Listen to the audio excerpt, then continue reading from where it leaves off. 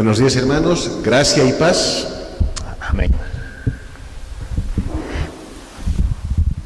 Como ya nos decía el pastor Luis Felipe, el camino hacia Belén no comenzó, no dio su inicio el momento en que el ángel Gabriel le anuncia a María que va a dar a luz. No comienza ahí, comienza mucho antes.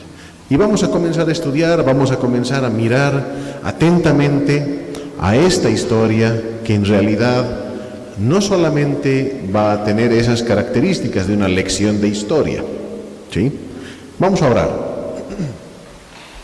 Señor, te damos gracias por esta mañana, te damos gracias porque tú has permitido que lleguemos hasta este lugar. Queremos aún pedirte por aquellos hermanos, hermanas que están llegando hacia tu casa, Señor, que sean librados y quitados, Señor, los impedimentos, los obstáculos, Señor, y vengan a tu casa, vengan a adorarte, vengan a alabarte, y vengan aún, Señor, personas que no te conocen, para conocerte a ti, Señor, para escuchar de tu palabra, para escuchar de ti, Señor. Te lo pedimos en el nombre de Cristo Jesús. Amén. Vamos a abrir nuestras Biblias. Parecería como siempre, primer domingo de diciembre, vamos a ir a Lucas capítulo 1. Pero no vamos a estar en Lucas 1, el tradicional.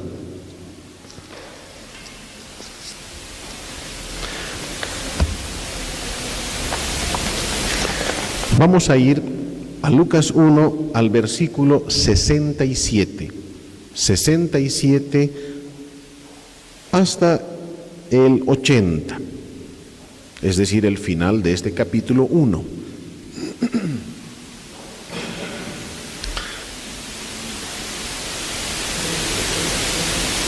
Yo les voy a pedir a todos los que tienen celular que no lo usen.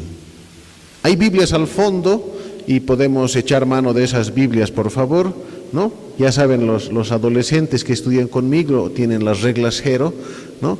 Cero celulares, Biblias físicas, Biblias en estado físico, no celulares.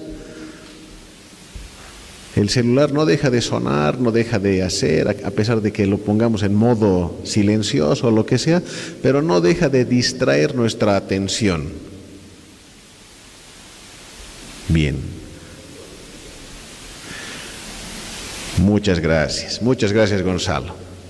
Entonces vamos a Lucas 1, el versículo 67, que comienza nuestro relato. Solamente para poner en contexto, es una historia que todos la conocemos, pero de todas maneras vamos a volver a rememorarla un poquitito. El sumo sacerdote Zacarías estaba ministrando en el templo. Seguramente era el tiempo de Pascua. Y él estaba en el templo, en el lugar santísimo. En el lugar santísimo, cuando el sacerdote entraba con un guatito amarrado al pie y con campanillas, ¿no? Nadie más podía entrar ahí porque si alguien entraba y estaba en pecado, automáticamente moría. ¿Sí? Y si el sacerdote estaba en pecado, algún pecado no confesado, automáticamente también moría. Tenía su sentencia de muerte directa. Entonces, para eso tenía el sacerdote este guatito, ¿sí? Para entrar en la presencia del Señor. Si moría, podían sacarlo fácilmente, ¿no? Solamente tenían que jalarlo. Pero en ese momento, Zacarías estaba ministrando al Señor y se le presenta un ángel. Y el ángel le dice, vas a tener un hijo. Zacarías no tenía hijos. Y vas a tener un hijo, le dice, y encima, este va a ser llamado Juan. Llega el momento del nacimiento, del alumbramiento, y toda la familia está muy feliz. Y le dicen, ¿cómo se va a llamar? Y bueno, entonces todo el mundo empieza a dar los nombres posibles, probables, según la tradición familiar. En mi familia, la tradición familiar está en el segundo nombre. Yo soy Luis Alberto. Mi abuelo era Federico Alberto. Y hacia atrás, es decir, desde mi abuelo a mis tíos, qué sé yo, mi tío se llama Mario Alberto, le puso a su hijo Mario Alberto también, mi tío Edgar le puso a su hijo Edgar Alberto, o digo Blas Alberto, y el otro era Carlos Alberto. Entonces, ¿no? Y ya saben de dónde sale Ian Alberto. Yo no quería. Yo solamente había bromeado ese día, pero a todo el mundo le gustó. Ian Alberto, qué bonito, vamos a continuar la tradición. Entonces a Zacarías le preguntan, bueno, ¿cómo se va a llamar? ¿Como el tío, como el abuelo? ¿No? Y él dice, agarra una tablita, escribe, el nombre de él va a ser Juan. Juan, pero Juan, no hay nadie en tu familia como Juan. Es decir, con ese nombre no hay. Entonces, el momento que Zacarías dice, el nombre de él va a ser Juan, recupera la voz. Él había quedado mudo el momento de la aparición del ángel y no podía hablar. Pero el momento que él agarra la tablilla y confirma el nombre del niño va a ser Juan, recupera la voz. ¿Y cuáles son sus primeras palabras? Vamos a ir a Lucas 1:67. Dice así. Es un pasaje largo, pero para eso hemos venido a la iglesia, ¿no es cierto? Para estudiar la palabra. Dice, y Zacarías, su padre, fue lleno del Espíritu Santo y profetizó diciendo, y esta es la primera palabra que sale de su boca, bendito el Señor Dios de Israel, que ha visitado y redimido a su pueblo y nos levantó un poderoso Salvador en la casa de David su siervo, como habló por boca de sus santos profetas que fueron desde el principio, salvación de nuestros enemigos y de la mano de todos los que nos aborrecieron, para hacer misericordia con nuestros padres y acordarse de su santo pacto, del juramento que hizo a Abraham, nuestro padre, que nos había de conceder que librados de nuestros enemigos, sin temor le serviríamos, en santidad y en justicia delante de Él todos nuestros días.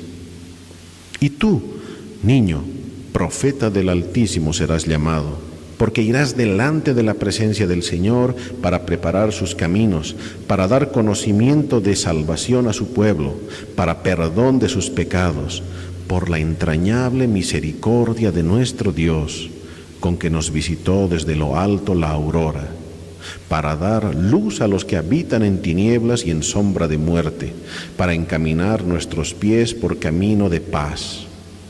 Y el niño crecía y se fortalecía en espíritu, y estuvo en lugares desiertos hasta el día de su manifestación a Israel.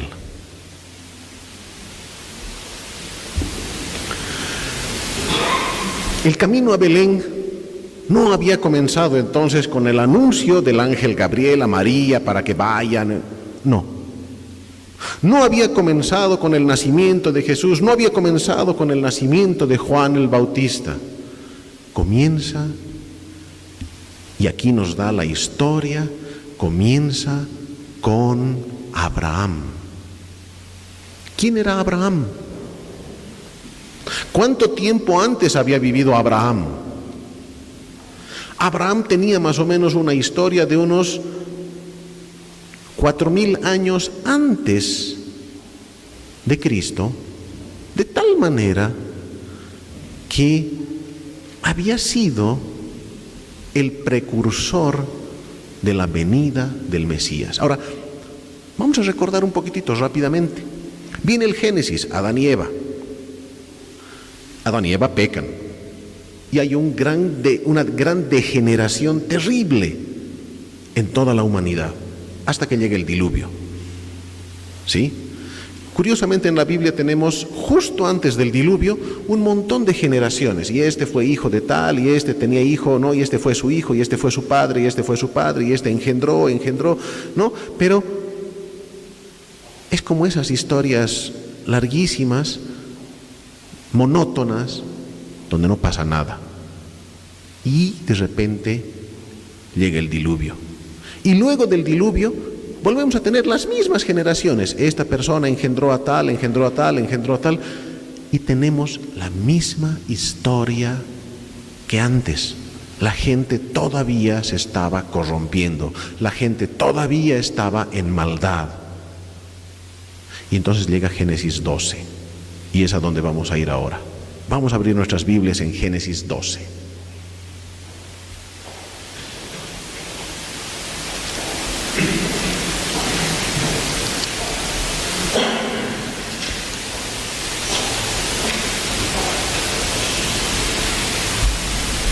¿Alguien puede decirme cuántos capítulos tiene Génesis?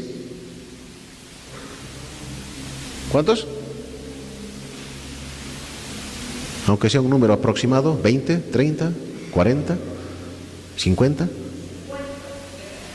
50. Muy bien. Desde Génesis 1 hasta el 12 nos está hablando de los inicios de la humanidad.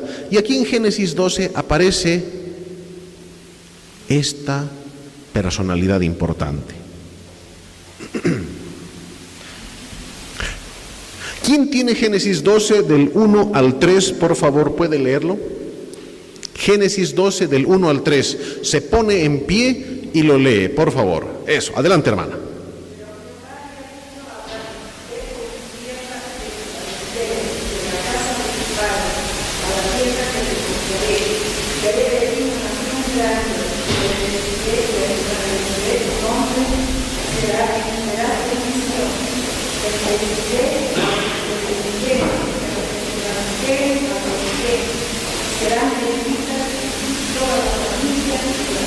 Muchas gracias.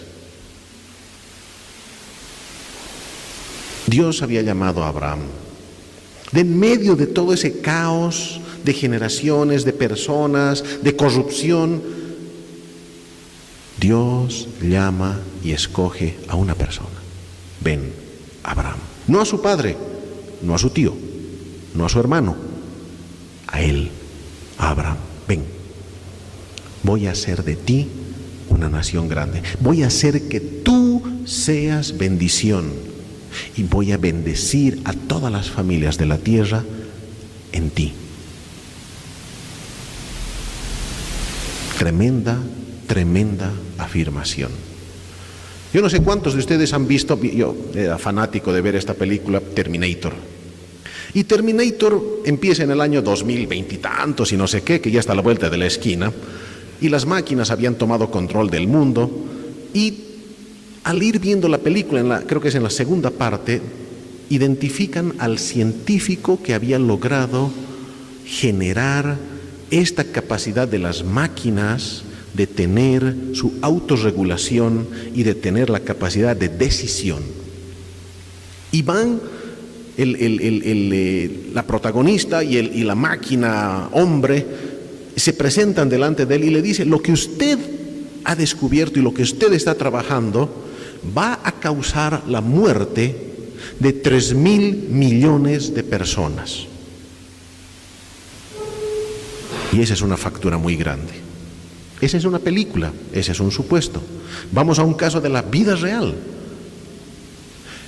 El piloto del bombardero de la Segunda Guerra Mundial que tenía la bomba atómica no sabía de su contenido. Él sabía que tenía que soltar la bomba en Hiroshima, nada más. Entonces él fue en la misión, tomó el avión, sobrevoló Hiroshima y soltó la bomba. Al ver el poder destructivo de la bomba,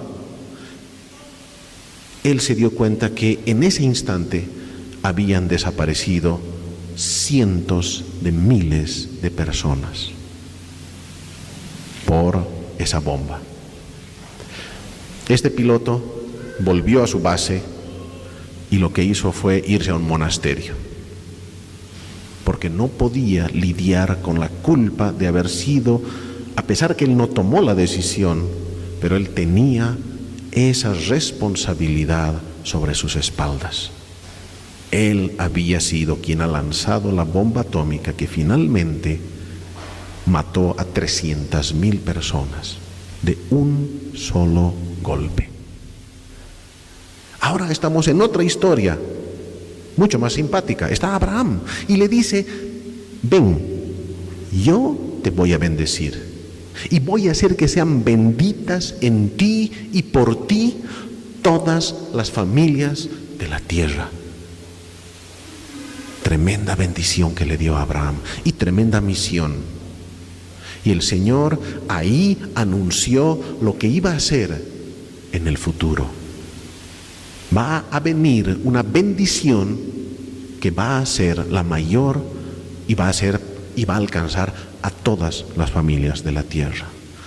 En este momento está el Señor, en Lucas 1, está profetizando Zacarías, el sacerdote Zacarías, diciendo, el Señor está cumpliendo esa promesa.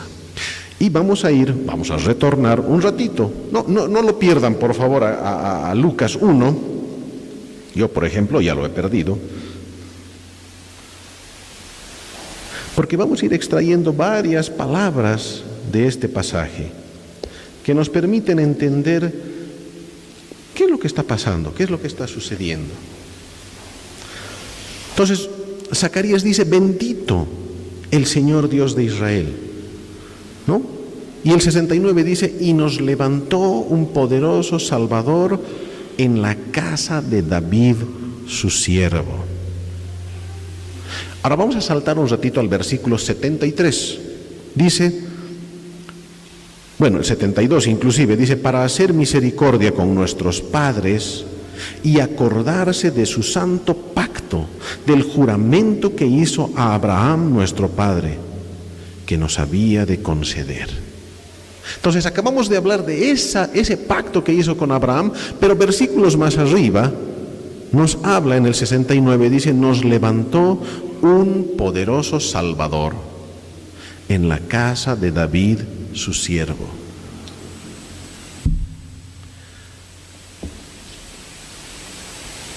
La espera, hasta el día de hoy, de muchas personas, muchos judíos, es una espera muy grande acerca de la venida del Mesías en la cultura judía. Viene el Mesías, pero ¿cuál es la idea que tienen hasta el día de hoy del Mesías? Va a ser algo así como una mezcla entre Sansón y David, ¿sí?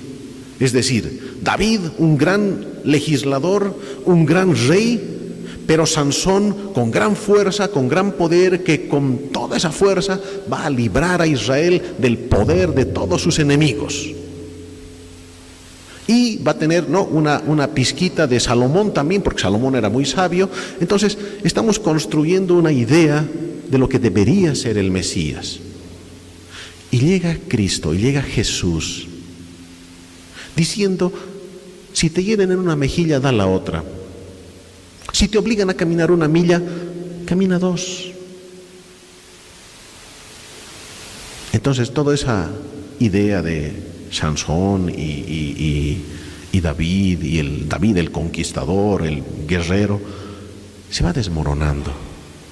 Y no creen que Él sea ese Salvador. Y sencillamente llegan a crucificarlo, finalmente. Pero esta promesa de que David daría origen a un Salvador, la vamos a encontrar en 2 de Samuel. No pierdan Lucas 1, no pierdan, sí, márquenlo, sí. Vamos a ir a 2 de Samuel, capítulo 7, versículos 12 al 16.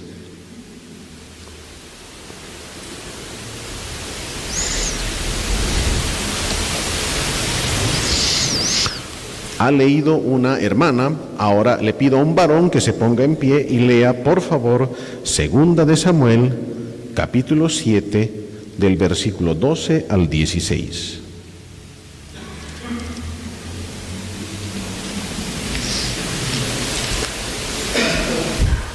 Quedan en libertad los varones, por favor. Se pone en pie y puede leer. Y por si acaso el pastor no se va a levantar. Así que tiene que ser un hermano que no sea el pastor. Capítulo 7, del versículo 12 al 16. Adelante, por favor. Cuando tus días sean cumplidos y duermas con tus padres, yo levantaré después de ti a uno de los sus entrañas afirmaré su reino. Él edificará casa a mi nombre, y yo afirmaré para siempre el trono de su reino. Yo le seré a él padre, él le será a mí hijo. Y si él es mal, yo le castigaré con vara de hombre y con azotes de hijos de hombre. Hasta el 16. Pero mi misericordia no se apartará de él, como la parte de Saúl, al cual quité delante de mí. Y será igual a su casa, su reino para siempre, delante de sus ojos, y su trono será estable eternamente. Muchas gracias. Esa es la promesa del establecimiento del trono eterno que va a venir cuando este descendiente de David reine. Él va a reinar. Y esta promesa se está cumpliendo delante de los ojos de Zacarías. Se está cumpliendo. Y ahora vamos a empezar a ver, volvemos a Lucas 1 y vamos a ir viendo palabra por palabra algunas palabras escogidas aquí. A partir del versículo 68, dice: bendito el Señor Dios de Israel, que ha visitado y redimido a su pueblo. Y dice, ha venido a redimir a su pueblo. La palabra redimir significa comprar. ¿Sí? Si vamos a una casa de empeños, espero que nadie haya tenido esa experiencia espantosa, tiene que ir y empeñar algo. Pero el momento que lo quiere de vuelta, tiene que pagar. Y obviamente va a pagar más. Ese es el negocio de la casa de empeños, si no, no es negocio. Entonces, cuando yo voy a redimir, significa que voy a pagar un precio para comprar de vuelta lo que era mío. Y Zacarías está diciendo, el Señor ha venido a redimir a su pueblo. ¿Qué había pasado con el pueblo? ¿Qué había pasado con cada uno de nosotros inclusive? Habíamos sido vendidos al pecado. Todas las veces que nosotros anteponemos nuestras prioridades, nuestros objetivos, nuestros propósitos a los propósitos del Señor, estamos manifestando exactamente esa propiedad de quién somos, En este momento, si hay alguna persona que no conoce al Señor, la prioridad de esa persona es probablemente Él mismo. Ay, no, pero Mahatma Gandhi era una persona tan dadivosa, tan buena, tan simpática. Sí, estamos de acuerdo. Pero él tenía su propia agenda, su propia concepción de lo que debía hacer. No lo que el Señor quería para él. El Señor no era el primero en su vida, era su filosofía en su vida. Eso era lo primero. Nosotros, cada uno de nosotros, no vamos a ser tan buenos como la Madre Teresa ni tan malos como Hitler, pero tenemos un sistema de prioridades que está alejado del Señor. Tenemos un sistema de vida y un sistema de prioridades que en realidad está por fuera de Él. Hemos sido vendidos al pecado. ¿Cuántos de nosotros hemos intentado dejar de pecar? ¿Cuántos de nosotros hemos sido amarrados por un vicio y no podemos despegarnos de él? ¿Quién puede librarnos de esto? Lo que necesitamos es un redentor. Lo que necesitamos es alguien que nos libre de esto.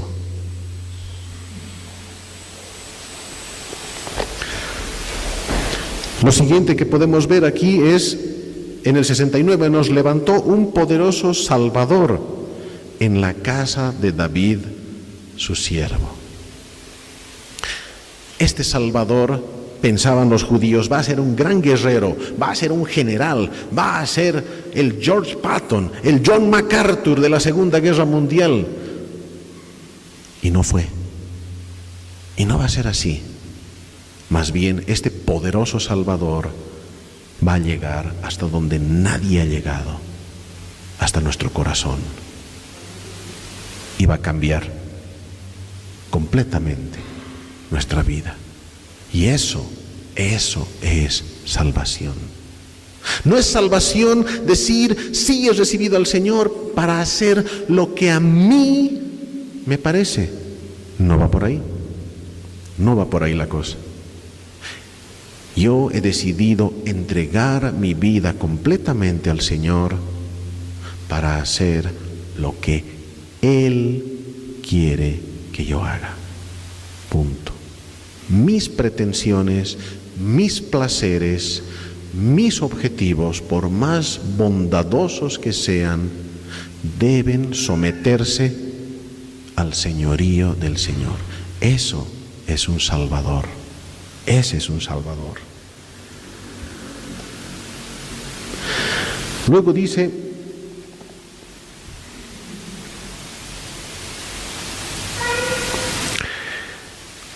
el versículo 73 y 74, del juramento que hizo Abraham nuestro padre, que nos había de conceder, que librados de nuestros enemigos, sin temor le serviríamos. Y leemos el 75, en santidad y en justicia delante de Él todos nuestros días. Si hay algo que puede amargarnos el día, es el pecado. Cuando pecamos y cuando nuestro pecado afecta a otros. Eso va a destruir nuestra paz y nuestro día a día, nuestro andar diario.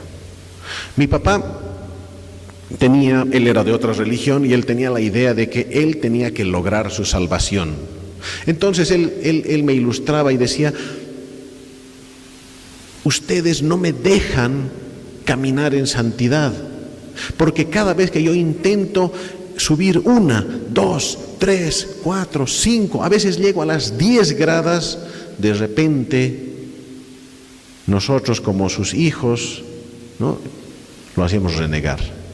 Y todo lo que él había construido en su mentalidad se le derrumbaba y volvía a la grada 1 y tenía que volver a comenzar. Y ese en realidad es el estado de la humanidad, que quiere caminar en sus propias fuerzas hacia agradar a Dios. No puedes. No puedes. Un libro que a mí me gusta mucho es El Progreso del Peregrino, y en El Progreso del Peregrino tiene una analogía de la vida con el pecado. Y él dice, ¿cuántas veces has agarrado la escoba y has intentado limpiar tu casa? Y la has dejado brillante. ¿Y cuánto tiempo dura? ¿Un mes? ¿Una semana? Vuelvo a mi papá era chef. Y él tenía una frase en la cocina y decía, el trabajo en la cocina no acaba nunca. Cuando uno cree que ha limpiado, ha lavado todo, viene alguien a servirse un cafecito, viene alguien con un poco de hambre a servirse algo, a prepararse con la licuadora. No acaba nunca. Y el pecado es igual. Uno cree que ha logrado, esta vez sí, ahora, hoy día acabé bien. Y de repente todito se derrumba. El pecado nos asedia, el pecado nos ancla, el pecado está a nuestras espaldas y está como un lastre en nuestras vidas. Y saben que ese pecado no disminuye con el tiempo, aumenta. Pero aquí nos está diciendo Zacarías en esta profecía que nosotros podríamos servir al Señor, fíjense el 75, en santidad y en justicia delante de Él todos nuestros días. ¿Cómo es eso posible? ¿De qué manera podemos nosotros entender eso?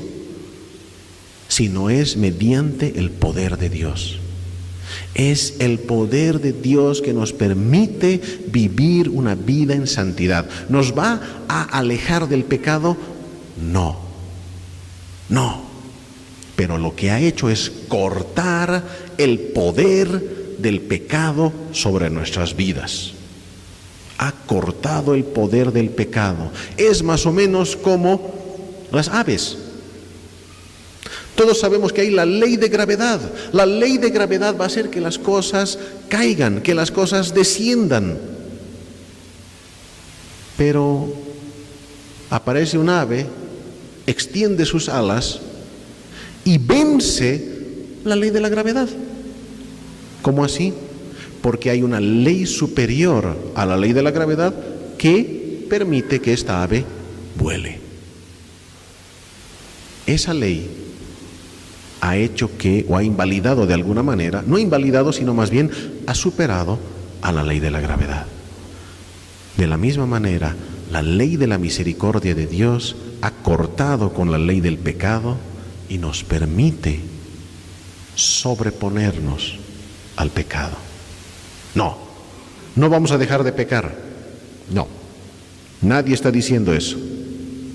Pero sí podemos decir que cuando pecamos, Primera de Juan 1:9 nos dice, si alguno hubiere pecado, abogado tenemos, y si confesamos nuestros pecados, Él es fiel y justo para perdonarnos de nuestros pecados y limpiarnos de toda maldad. A partir del versículo 76 empieza a hablar de Juan. ¿Cómo va a ser Juan? Juan va a ser un profeta, va a tener estas características, va a ser llamado profeta del Altísimo y va a preparar este camino hacia Belén. Pero ahora yo quisiera meditar en un asunto. ¿Cuánto tiempo había pasado desde la promesa de Abraham? ¿Cuánto tiempo había pasado desde la promesa a David para con su pueblo? ¿5 años? ¿20? ¿100 años? ¿500? Habían pasado miles de años. ¿Cuál es la reacción de Zacarías al ver el cumplimiento de esa promesa? ¿Cuál es la reacción tuya cuando el Señor cumple su promesa finalmente? Ya era hora, al fin. Estaba tardando esto, ¿no? ¿Es esa nuestra reacción? Bueno, no se sientan muy mal. Vamos a ir a Juan capítulo 11. Juan capítulo 11. Es muy conocida la historia de 2 mujeres en la Biblia, Marta y María.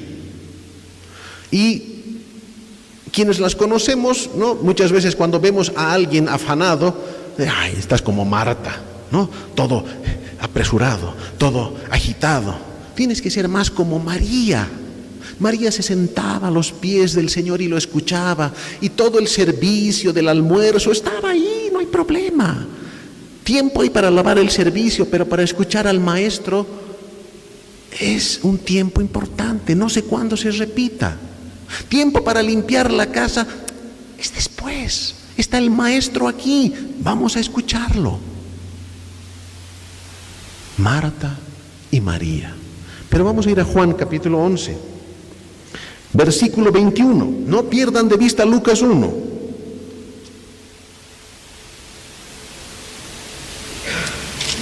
Ahora le voy a pedir a un joven que lea. Juan capítulo 11, versículo 21.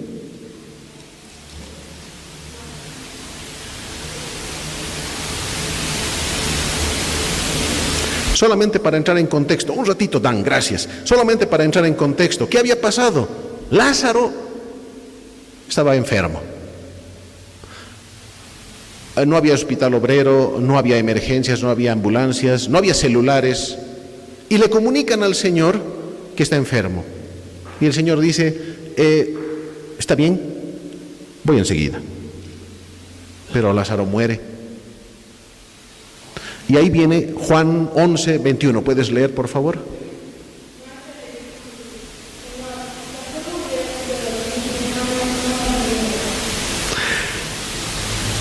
¿Quién dijo esa frase?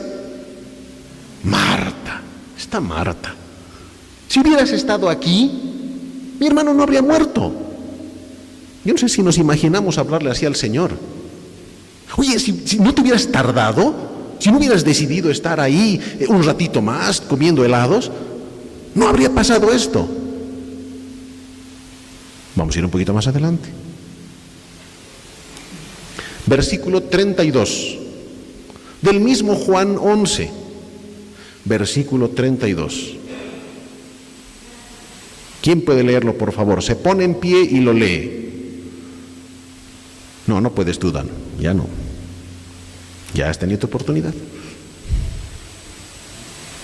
Juan 11:32. Yo puedo esperar toda la mañana, no se preocupen, no voy a leer yo. Adelante, muchas gracias.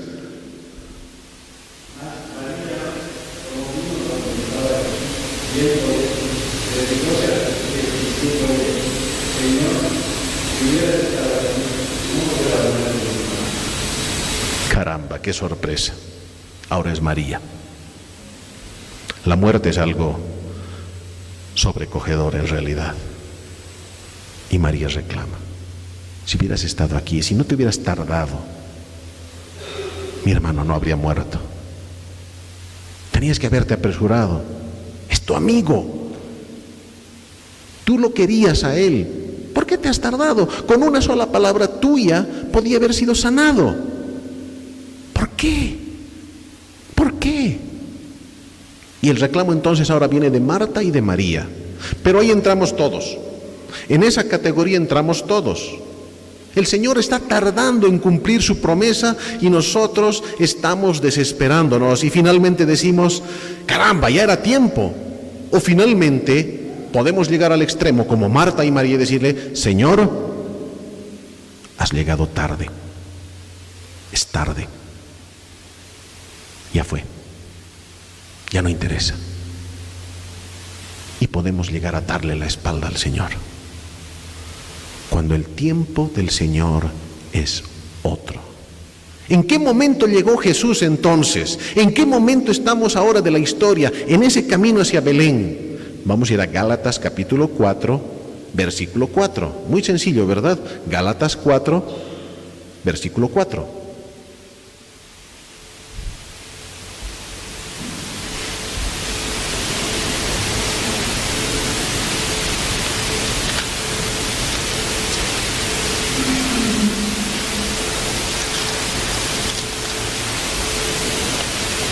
Esta vez lo voy a leer yo, no se preocupen. Dice: pero cuando vino el cumplimiento del tiempo, Dios envió a su Hijo, nacido de mujer y nacido bajo la ley. Qué maravilla, ¿verdad? Para que redimiese a los que estaban bajo la ley, a fin de que recibiésemos la adopción de hijos. ¿Cuándo vino Jesús? En el cumplimiento del tiempo. Él vino a tiempo. No vino antes, no se adelantó, no se atrasó. Él vino en el cumplimiento del tiempo, cuando era el momento preciso. Y Él llega. ¿Él llega a qué? A redimir. A comprar a su pueblo, a comprar a esas personas que estaban viviendo para sí mismas. ¿Han visto alguna vez una persona en algún vicio? Alcohol, cigarrillo, drogas.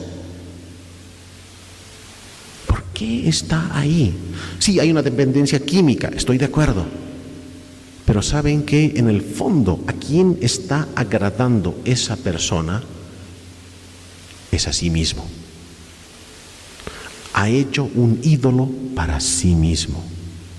Y esa es la redención que viene a darnos el Señor.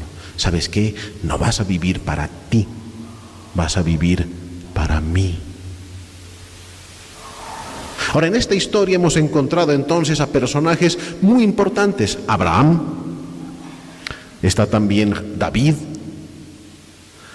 Inclusive podemos encontrar las profecías de Isaías en el capítulo 9 que nos hablan de este Mesías que viene el Mesías.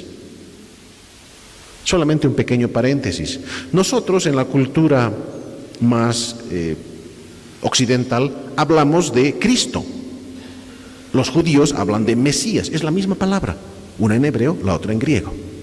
Pero las dos significan que voy a utilizar una palabra que no se utiliza muy frecuentemente, el comisionado, el encargado. Hay alguien que puede hacer una obra que nadie más puede. Hace años, muchos años, el Banco Central tenía una bóveda con un defecto y se trancaba, se trababa.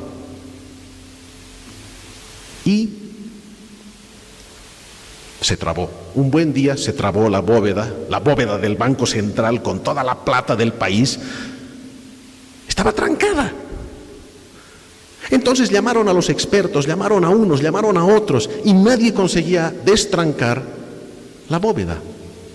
Hasta que tuvieron que recurrir, no recuerdo el nombre de la persona, pero era uno de los que había trabajado ahí, pero él sabía cómo destrabar esta bóveda.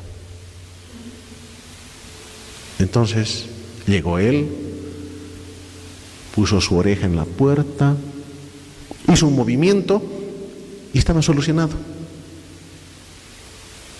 Y él dijo, bueno, ahora me deben $5,000. Pobrecito, por haber girado un poco así. Entonces él dijo, está bien. La volvió a trabar y se fue. Volvieron a intentar, dijeron, no era facilito, mira, así, jalaba por aquí, no, y dice, no, pero era así, pero era de esta manera, pero no, volvieron a llamar a otros expertos. No pudieron abrirla. ¿A quién tuvieron que recurrir?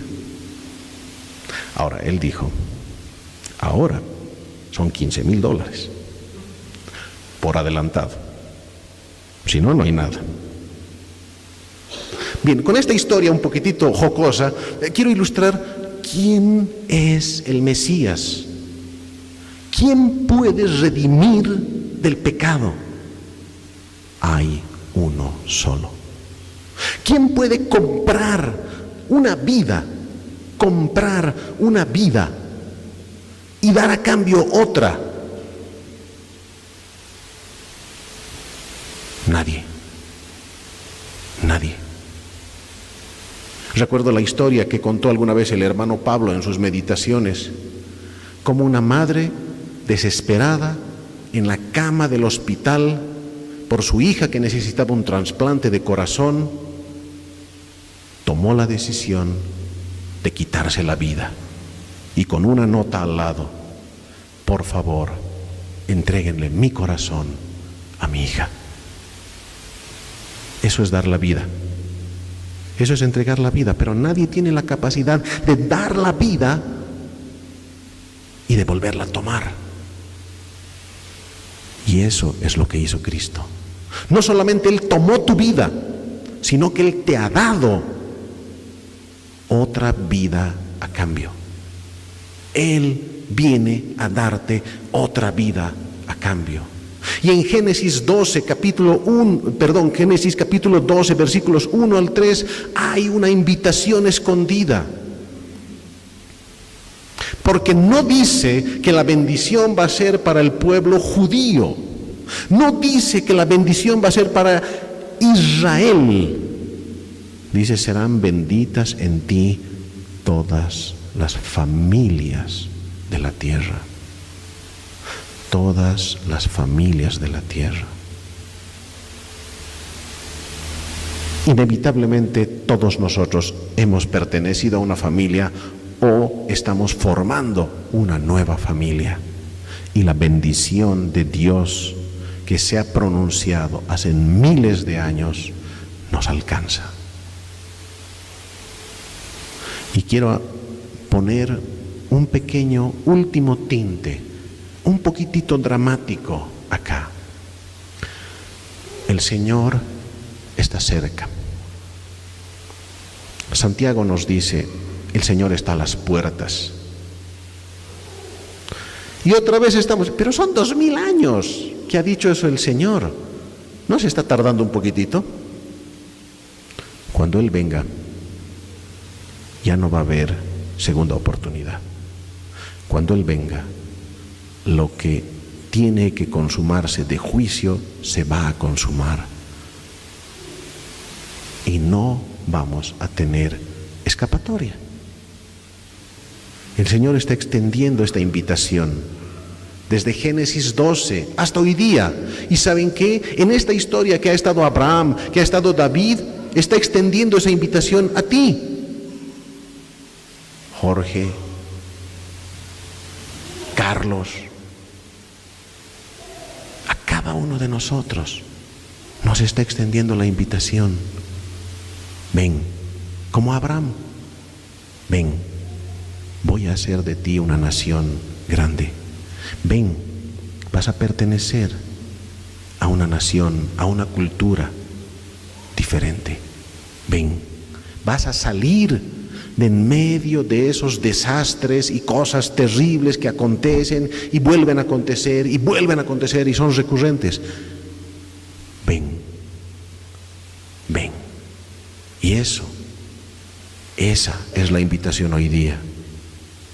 Más allá de decir, sí, yo he hecho la oración para recibir al Señor, es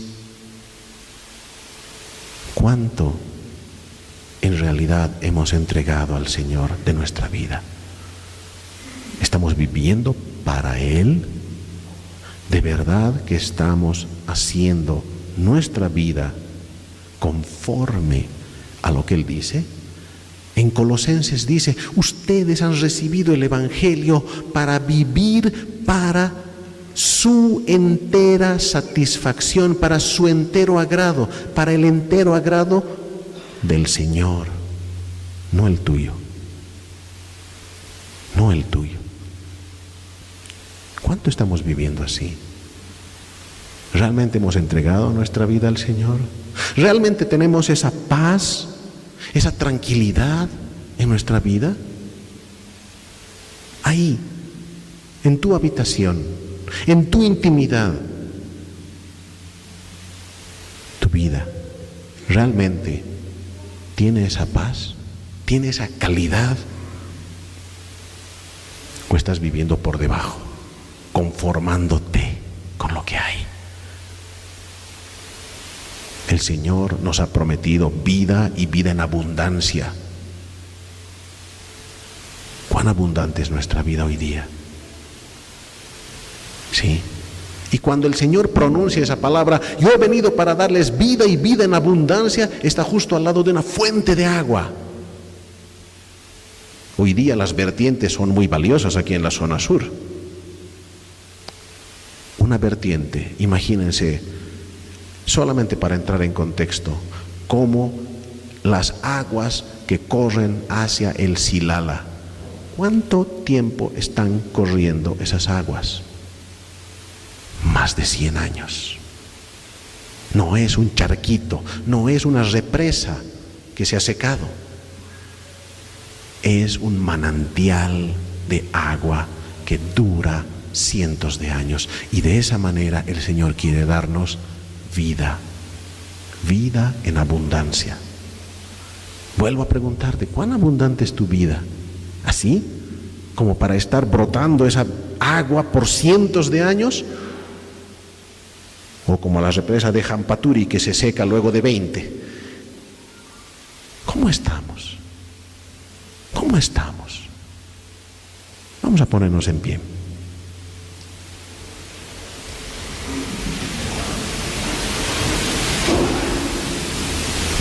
Vamos a orar al Señor. Vamos a pedirle al Señor que Él sea el Señor de nuestras vidas. Más allá de nuestra oración inicial, más allá de nuestro compromiso inicial, vamos a volver a colocar nuestras vidas delante del Señor para vivir para para Él, para su gloria. Oremos. Dios amado, queremos darte gracias por tu palabra. Más que nada, Señor, te damos gracias por tu promesa. Porque esa promesa, Señor, ha llegado hasta nuestros días. Llega hasta hoy día, Señor. Llega hasta este momento. Esa promesa de salvación, de bendición, de redención. Señor, toca nuestra vida.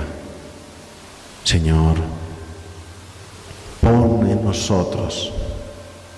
Permítenos, Señor, mirar, como dice en Apocalipsis, comprar colirio, abrir nuestros ojos y ver nuestra vida como tú la ves. Si realmente somos tan afortunados y tan bendecidos, o si más bien somos miserables. Señor, queremos acercarnos a ti con sinceridad y presentarnos ante ti, Señor, y reconocer nuestra falta, nuestro pecado, y que no estamos viviendo, Señor, de acuerdo a esa redención. Señor, pedimos perdón. Señor, pedimos perdón por nuestro pecado. Pedimos perdón por el pecado de querer arreglar nuestras vidas con nuestras manos y no permitir que tú las rehagas. Señor, queremos entregarte nuestra vida hoy día, como está, de la manera que está, Señor, con errores, con fallas, con éxitos. Los entregamos a ti, Señor, y te decimos: Señor, quiero vivir para ti, quiero tener esa vida abundante. Señor, ya no quiero mi vida, ya no quiero mis objetivos, quiero aquello que tú quieres para mi vida. Señor, en este camino, amado Dios, hacia Belén, hacia la cruz, hacia el gran trono blanco, queremos, Señor, despojarnos de este peso del pecado y queremos correr a partir de hoy día, 4 de diciembre, esta carrera, Señor, con paciencia, con perseverancia. Te lo pedimos en el nombre de Cristo Jesús. Amén.